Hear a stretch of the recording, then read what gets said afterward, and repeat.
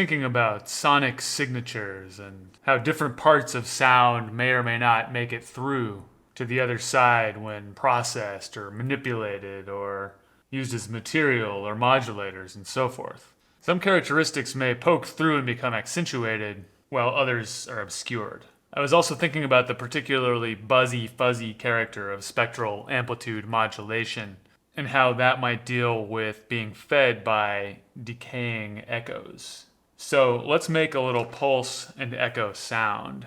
We'll send the sine from Spectraphon side B to the top channel of DXG and strike it with the end of splice gate from Morphogene. So that would sound like this.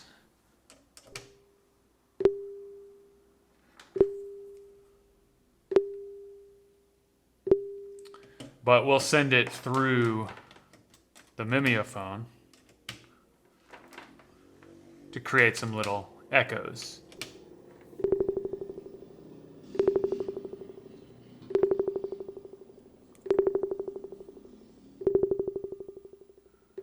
So instead of listening to it directly, let's resynthesize it using the input on side A for some spectral amplitude modulation. Turn up the partials.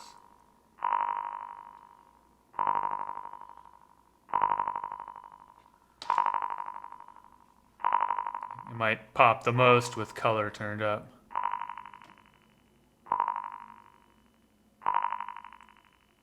Let's listen to some different settings here.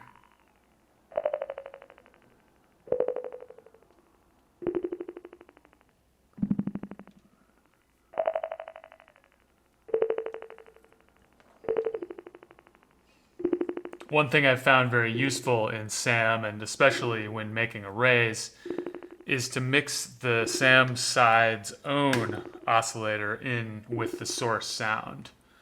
This can give us a frame of reference for where on the slide control the fundamental will be found. If you make an array without a strong fundamental presence, then it will often not sound great when sequenced into higher pitches. We've touched on that in videos here in the past, but I think it's always worth repeating because it's easy to find things that sound cool in SAM but might not translate all that well to arrays. So we'll patch this sine wave through the X-pan and mix it on in.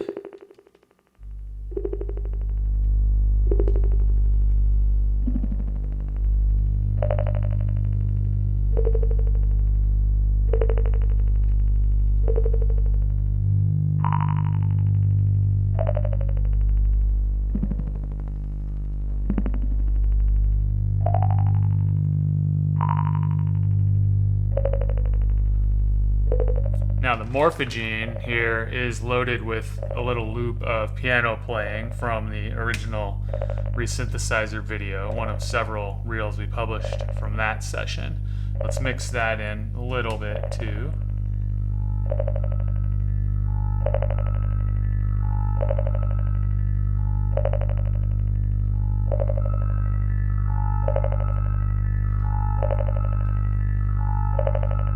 And we'll also use the Morphogene's own envelope follower to control the level of that sine wave.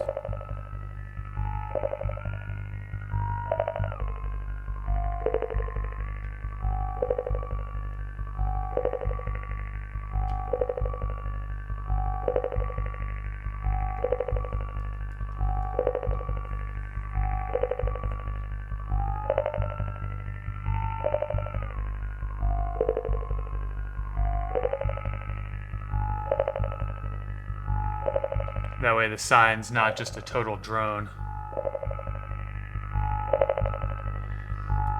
I like to use the envelope follower on the Spectraphon itself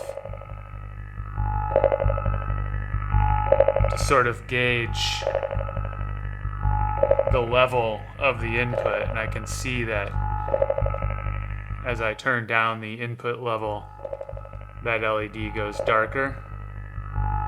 As I turn it up, can sort of get a visual on the dynamic range there. Let's also just patch it through here.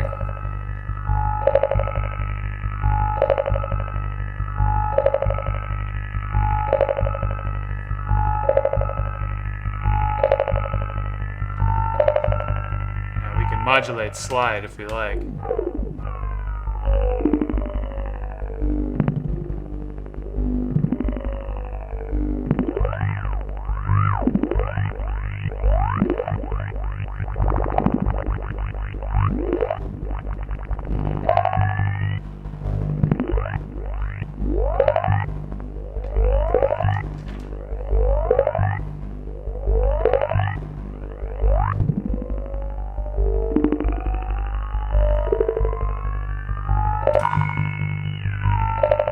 I kind of like the sound that was already there before the slide modulation.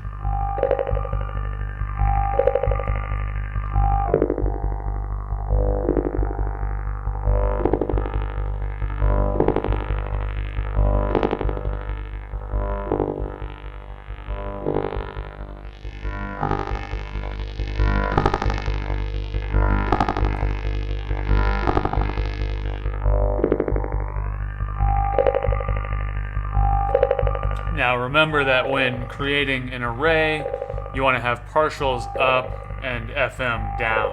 This will give you the most accurate preview of the spectra in the array and also ensures that it's created at full volume.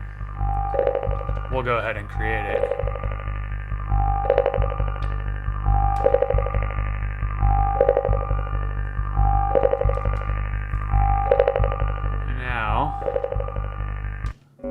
Monitor the even and odd outputs in SAO, pull the source out of the input.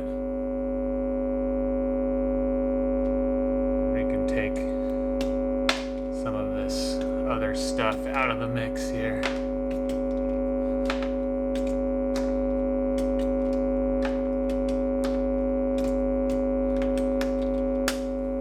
Slide.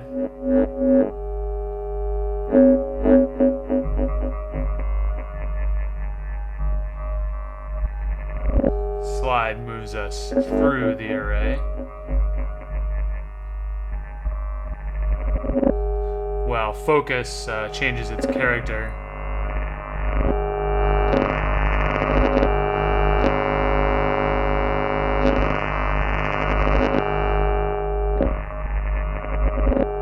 By compressing or expanding the overall dynamic range. So in practice that means transients stick out more with focus down.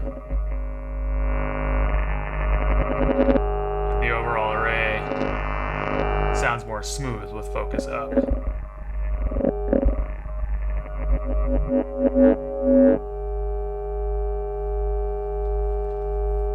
Let's scan through the array with a slow rising maths function.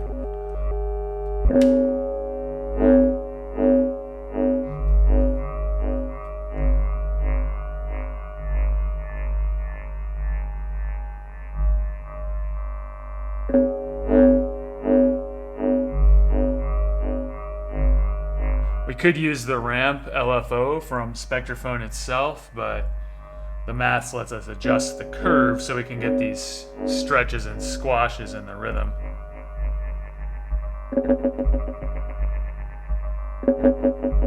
But this one, it's almost like a spectral bouncing ball.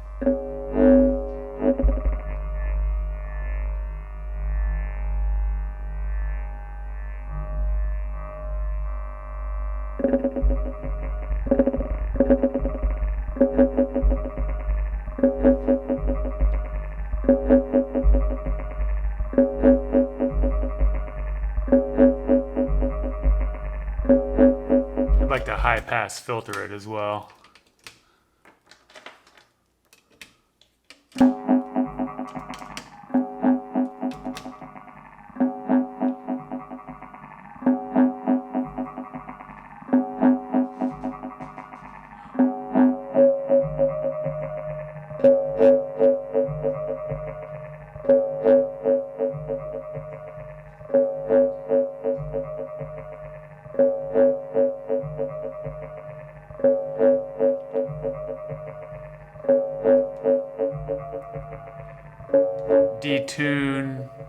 FM, partials, and the filter settings all give us some variety in the sound.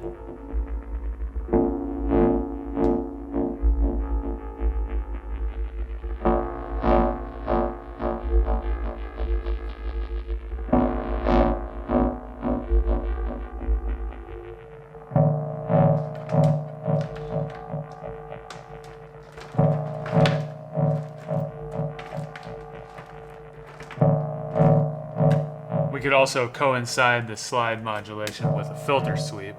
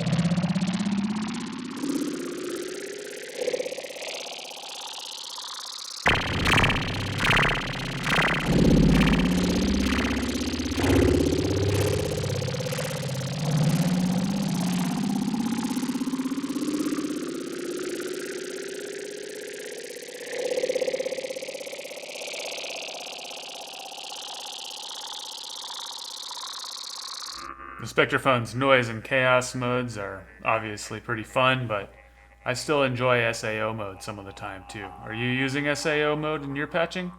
Let us know how in the comments. Thanks for watching, and happy patching.